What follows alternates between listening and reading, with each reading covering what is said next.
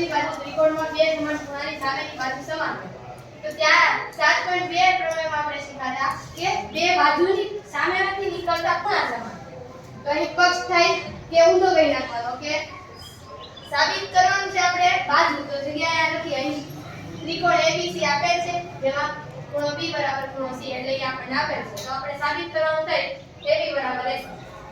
આકૃતિ દોરતા અહીં ખબર પડી જાય કે દ્વિભાજક છે એમાં આપણે દ્વિભાજક રચવાનો છે કે જે તેને D નામ આપ્યું છે. એમ બે ત્રિકોણનો ભાગ પડે જેમ કે BAD અને CAB.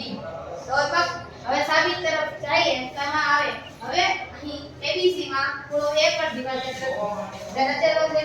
ધારો કે તે BC પર D માં છેદે છે. D માં છેદે છે BC કે D માં છેદે છે. ત્રિકોણ BAD અને ત્રિકોણ CAD માટે વિચારતા તો કે અહીં બે ભાગ પડ્યા જેમ કે BAD CAD.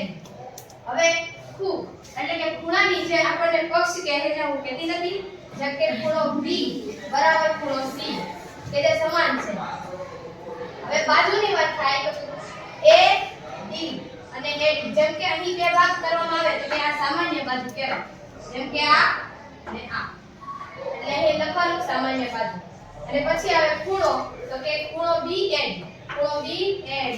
અને CAD એટલે કે ખૂણો પણ એક સામાન્ય જે છે A એટલે કે એમ કહે છે કે ખૂણો એ દ્વિભાજક છે તેના કારણે તેની સામાન્ય એક ખૂણો બને. તો આ પછી આપણે કહી શકીએ કે ત્રણ અંગો જે સમાન છે જેમ કે ખૂણો બાજુ અને ખૂણો કે ખૂબાખૂણની શરત પણ લાગુ પડે સાથોસાથ કે ત્રણ અંગો સમાન થતા તેના ત્રણ બીજા જે અંગો કે કુલ 6 અંગો છે તેમાંથી ત્રણ અંગો સમાન છે તો બીજા ત્રણ અંગો ઓટોમેટિકલી થઈ જાય કારણ કે તેમાં CP/CP ની જે શરત છે લાગુ પડે છે જેમ કે અનુરૂપ ત્રિકોણ એકરૂપ ત્રિકોણના અનુરૂપ બધા જ અંગો જે છે સમાન છે. તો અહીં જે આપણે સાબિત કરવાનું હોય તે AB બરાબર AC કે ત્રણ અંગો સમાન થઈ ગયા તો જે અંક આપણે સમાન કરી શકીએ જેમ કે AB બરાબર AC.